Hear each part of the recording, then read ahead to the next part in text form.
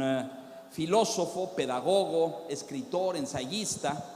Es doctor en filosofía por la Universidad de Barcelona. Aquí tienen ustedes su semblanza y su ficha biográfica.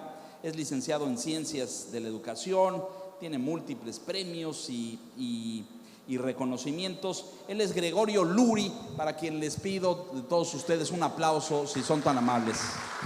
Muchas gracias. Bienvenido, Gregorio. Gracias por estar aquí. Gracias. Adelante, maestro.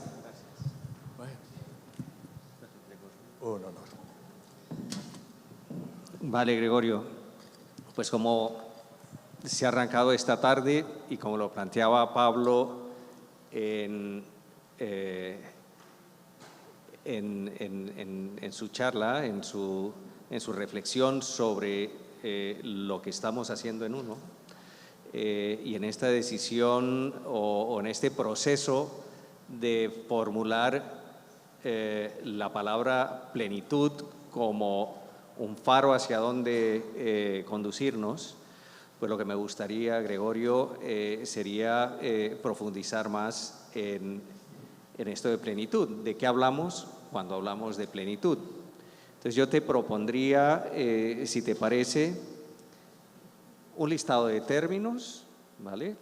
Tú eliges los que consideres prioritarios o los que consideres más explicativos o los que den más campo de profundización y reflexión asociado a la plenitud, a esta palabra plenitud. Y lo segundo sería cómo entender plenitud desde el punto de vista de un educador. O sea, ¿qué se enfrenta un educador en su oficio, en su labor, si su faro es la plenitud? Entonces, a plenitud hay muchas palabras que se pueden asociar. Las voy a ir diciendo, tú seleccionas, no nos vamos a ir con todas, si te parece. De acuerdo. Vale. Entonces, plenitud lo podemos asociar al gozo de vivir. Plenitud lo podemos asociar al éxito. Plenitud lo podemos asociar al conocimiento.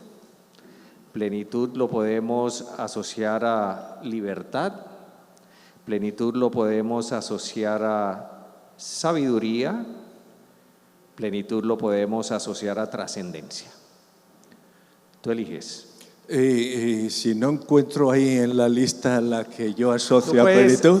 Tú puedes aportar y tú puedes… Ya verán ustedes. A mí me interesó durante un tiempo el concepto de vida plena. Y ustedes saben pues, que hay tantas definiciones como personas, además de que cada persona nos consideramos con derecho a definir, ¿no?, lo que entendemos por vida plena. Tenía una lista muy larga de aquellos conceptos, de aquellas palabras, de aquellas ideas que aparecían con frecuencia. Y yo no acababa de sentirme satisfecho con ninguna de las que aparecían hasta que encontré una encuesta en diferentes países y aparecían todos estos conceptos, pero en Francia y en Australia apareció el concepto con el que yo me siento identificado: aventura. Aventura. Aventura. Aventura. Porque la vida, a mi modo de ver, no es más que un fenomenal fenómeno deportivo, en el que tienes que moverte con reglas que tú no has construido, que, como decía Camus, nunca sabes por dónde te va a venir la pelota, que tienes que meter gol y a veces pierdes por goleada.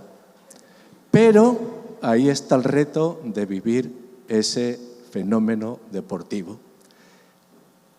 A mi modo de ver, quien es capaz de vivir la vida como un fenómeno deportivo está lo más cerca posible que se puede llegar a una vida plena, que siempre estamos muy lejos, que siempre estamos muy lejos. Vale.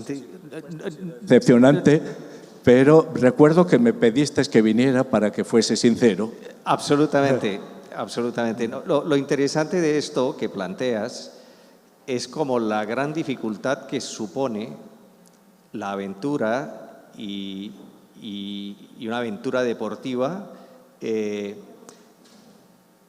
la incertidumbre de lo que va a pasar. Obviamente, tienes que moverte siempre con la incertidumbre y con un resultado no solamente incierto, sino que en el caso de la vida siempre acaba con la muerte de tu equipo. Posiblemente. Y luego con resultados inesperados. Efectivamente. Y luego no sabes cómo, o sea, te generas expectativas de lo que esperas, pones todo tu mejor esfuerzo quizás. Y la pasión de la inminencia. No hay nada que nos haga vivir con más intensidad que la expectativa de lo inminente, ¿no? Eso es lo que, pues, por ejemplo, las películas de terror manejan muy bien, pero vivir la vida con esa sensación de que algo inminente está a punto de pasar, sin dramatismos, me parece que lo que más nos aleja de disfrutar una vida en este sentido es el exceso de gesticulaciones, ¿eh? Vivir una vida serena, sin gesticulaciones, pero sabiendo que es eso, que es un fenómeno deportivo. Por otra parte, esta idea de la aventura me permite darle una traducción directa a la educación infantil. Porque creo, mire, si a mí me preguntasen, no me lo han preguntado, pero aprovecho para preguntármelo yo mismo ante ustedes y así hacemos un poco de retórica. Si a mí me preguntasen cuál es el fenómeno pedagógico más alarmante del presente, sin duda les contestaría que las rodillas impolutas de los niños. Son la primera generación que tienen las rodillas sanas. A mí eso me parece dramático, porque significa que no tienen ámbitos en los que vivir autónomamente su propia vida. Vayan a donde vayan, siempre hay algún adulto supervisor. Pero la vida aventurera y los que hemos tenido una infancia quizás muy pobre económicamente, pero con posibilidades de aventura, sabemos hasta qué punto está asociada la vida aventurera con el pensamiento estratégico. Nos subíamos a los sitios a los que no había que subirse. Robábamos peras en los huertos del señor que tenía peor genio. Volvías a casa con el pantalón roto y tenías que justificar ante tus padres que se había roto por casualidad. Tenías, sobre todo, que convivir con la experiencia de que algo nuevo te ofrecía cada día, porque el juego es ese espectáculo en el que todo se repite y, sin embargo, se repite de manera distinta. ¿Cómo, la pregunta sería, en ese contexto y en esta manera de verlo, ¿qué le ayuda a un ser humano a asumir la vida como una aventura y como un juego? Lo primero, no tomarse demasiado en serio. Creo que cuando hablamos de estas cosas tendemos a subirnos al púlpito y a hablar urbi et orbi con palabras muy altas pero con frecuencia muy vacías. No tomarse demasiado en serio. Porque además cuando comienzas a tomarte demasiado en serio es en ese momento justo cuando la vida pensada se aleja más de la vida vivida. En la aventura precisamente es esa experiencia en que lo vivido y lo pensado se unifican en una unidad. A medida, por eso yo tengo mis reticencias con respecto a la introspección, a aquellos ejercicios de mirarse en el interior, etcétera, porque cuanto más alejadas están las dos, la vida vivida, la vida pensada, pues te encuentras con aquello que Rousseau escribe en aquel texto maravilloso de El paseante, como es del soñador solitario, que cuando él se plantea, y quizás aquí podríamos encontrar la respuesta a qué no es una vida plena. Cuando él se plantea su propia vida, dice que lo que más le duele es sentir vacíos en el alma, ¿no? Y lo que más teme es morir sin haber vivido. Es decir, esas dos cosas, el miedo a morir sin haber vivido y la conciencia de vacíos en el alma que no sabes cómo llenar, creo que son los principales enemigos de esa serenidad ante la vida plena. Pero fíjense que el mismo Rousseau, y creo que Rousseau es un filósofo muy interesante para plantearnos estas cosas, cuando piensa en momentos de plenitud, pues es cuando está en un lago suizo, tumbado en el fondo de una barquichuela, sintiendo cómo las olas lo llevan de aquí para allá y contempla entusiasmado el movimiento de las nubes, en ese momento que todos hemos vivido, en que lo vivido y lo pensado se unifican, no hay distancia. Pero el mismo Rousseau dirá que precisamente porque tienden a diferenciarse, el hombre es un animal enfermo. Bueno, exigente, muy exigente. Desde el punto de vista de la vida en la escuela, Sí. ¿cómo se puede abordar o cómo se puede plantear en la escuela cerrar la brecha entre la vida vivida y la vida pensada? De la misma manera que hay que jugar siempre con la dialéctica entre lo real y lo posible. Creo que en nuestro tiempo precisamente lo posible se está creyendo con derecho a determinar lo real. Y efectivamente, a medida que lo posible se incrementa, la conciencia de lo real disminuye. Si todo puede ser de otra manera, lo que es ahora es provisional, ¿no? Y dar consistencia a lo real, creo que es un reto necesario, porque sin esa consistencia todo lo demás se nos queda en castillos de aire. Recuerdo, ha aparecido varias veces la expresión de la liquidez. Yo conocí a Bauman en un pueblecito de Canarias, Agüimes. Me parecía un señor entrañable, pero yo me moría de ganas, ¿no?, de entrevistarme y hacerle una pregunta en concreto directamente a él. E hice todo lo posible pues, para aparecer a su lado en los momentos que él... En fin, al final creo que llegó el momento y se la hice. Le dije, de verdad, señor Bauman, ¿usted se cree con firmeza esto de la vida líquida? Y se me quedó mirando y me dice, mira, precisamente porque la vida es líquida, los amores deben ser sólidos. En fin, pues efectivamente necesitamos agarraderos sólidos para poder sobrellevar la melancolía inherente a la fluidez. Tú que has estudiado y has reflexionado sobre la lectura, y me interesa mucho, porque tiene que ver con parte de esta idea en la educación de la lectura como la posibilidad, por una parte, de mundos posibles, pero también de una vida vivida. Y creo que la lectura, más allá de las competencias lectoras, etcétera, etcétera, creo que la lectura, estaríamos quizás de acuerdo en que es absolutamente fundamental para darle estructura a la vida posible y a la vida vivida. Es en todos los sentidos. Sin embargo, de decirte que cada vez más le doy mayor importancia también a la escritura.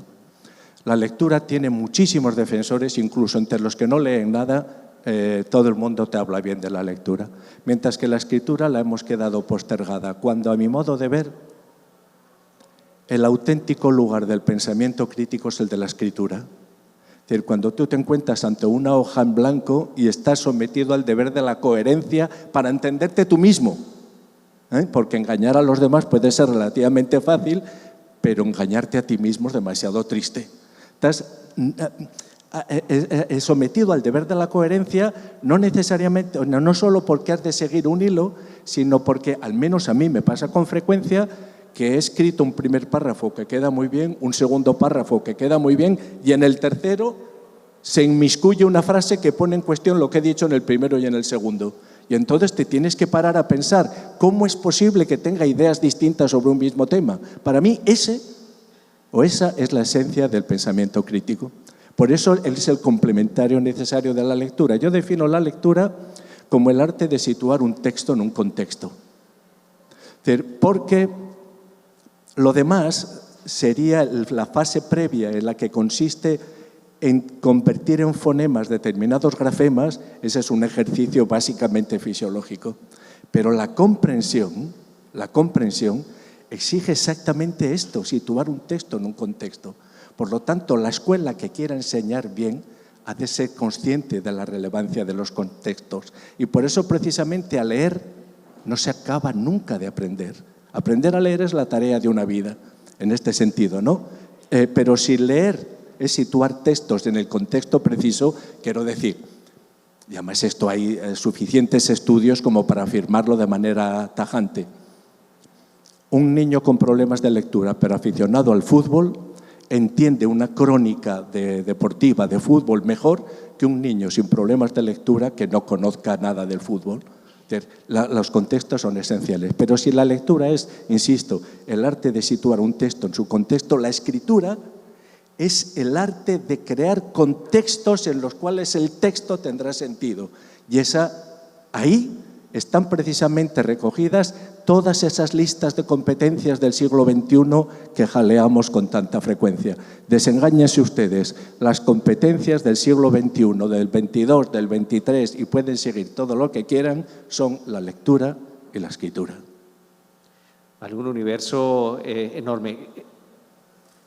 Gregorio, en este símil que has hecho de que la plenitud es una aventura, hablamos de los contextos de lo que pasa en la escuela. Pasémonos a cómo observas, cómo ves tú este símil y este camino en las familias hoy.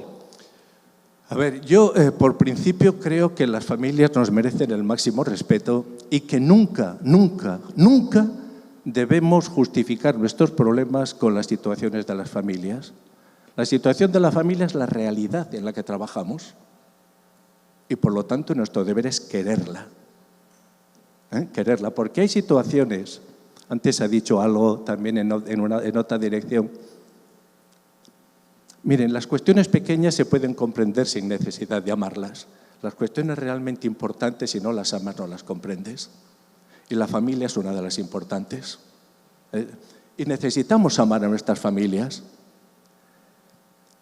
No hace mucho tuve un enfrentamiento muy curioso hablando con un grupo de profesores en los que aparecían las quejas de las familias y les dije, no sigo, no acepto quejas sobre las familias. ¿Por qué no? Les decía, es que a veces nos comportamos como si fuéramos unos funcionarios de prisiones que nos quejamos porque solo nos llegan delincuentes. Pues te llega la realidad tal cual es. Y hay que trabajar sobre esa realidad. Lo que no tiene ningún sentido es quejarse de que las familias lean poco, que las familias tengan esto, las familias tengan lo otro. Las familias son lo que son. E insisto, hay que amarlas y hay que quererlas desde la escuela. Y tienen que saberse, sentirse ellos queridos y apreciados en la escuela, lo cual no significa que nos vayamos a entender siempre. Porque quizás el reto que debemos pensar bien aquí a la hora de comunicarnos es que los padres acostumbramos a ser muy finos observando el estado emotivo de nuestros hijos, precisamente porque los queremos. Y los profesores, precisamente porque los quieren menos a sus alumnos que nosotros a nuestros hijos, son muy finos observando la objetividad de su comportamiento.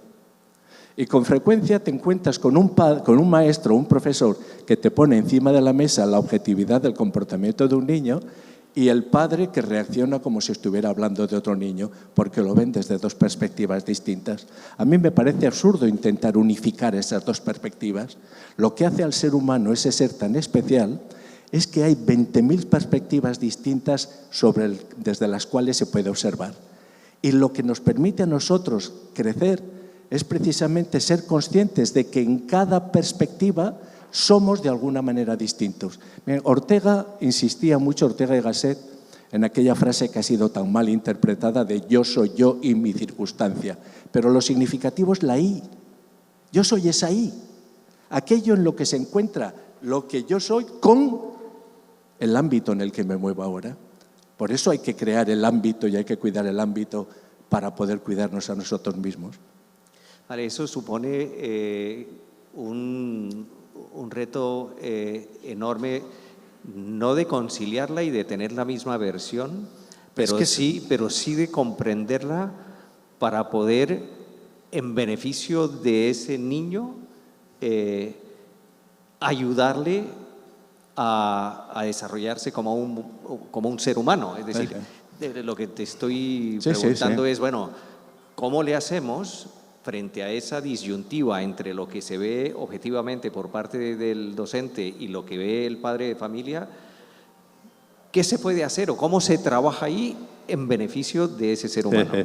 De las cosas más curiosas que me han pasado en la vida, primero, la principal, quizás la vejez. Es la cosa que me ha pillado más de sorpresa. Y lo más maravilloso, sin ninguna duda, es ser abuelo.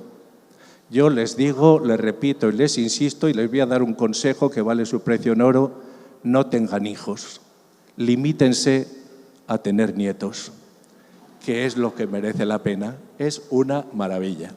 Bien, ¿qué quiero decir con esto? El comportamiento, y además lo ves, que mis nietos tienen en mi casa es muy distinto del comportamiento que tienen en la suya, que el comportamiento que tienen con los amigos, que el comportamiento que tienen en la familia, que el comportamiento que tienen en la escuela.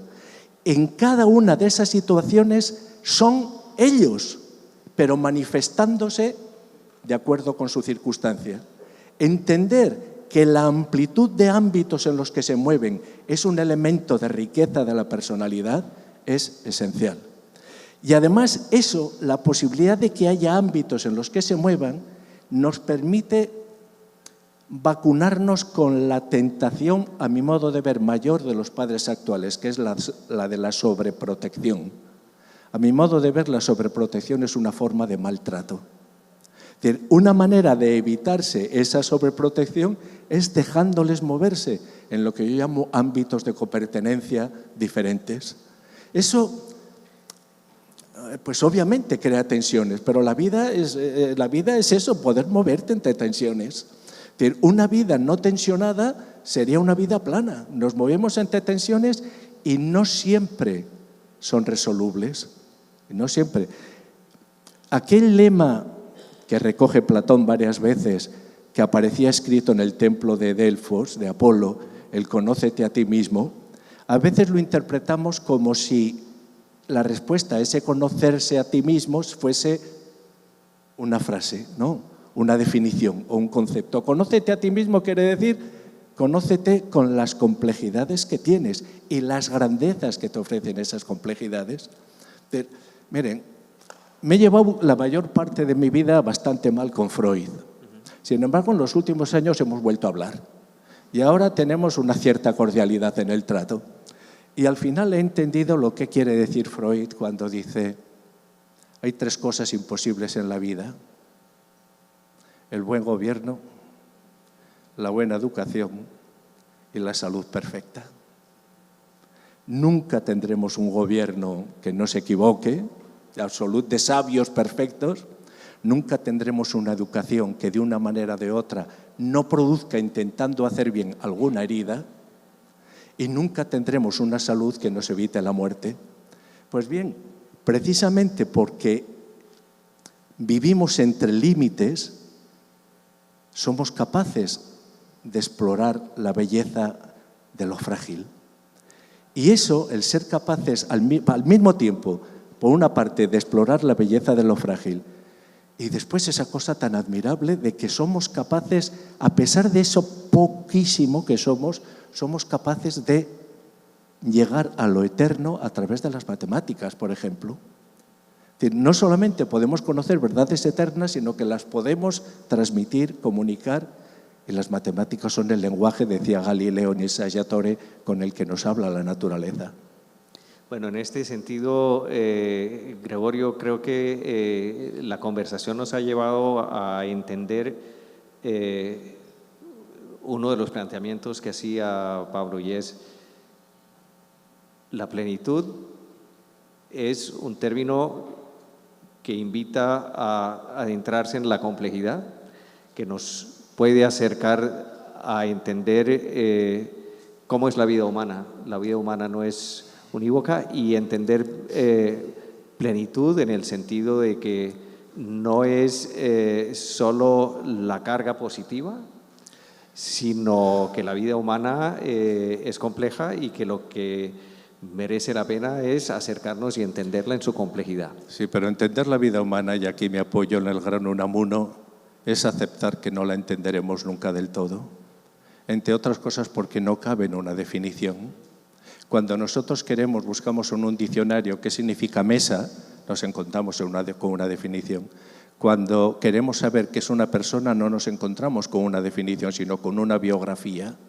Y quizás una pedagogía de la vida plena tiene mucho que ver con una, por decirlo así, con una vida de autor. Con una vida de autor.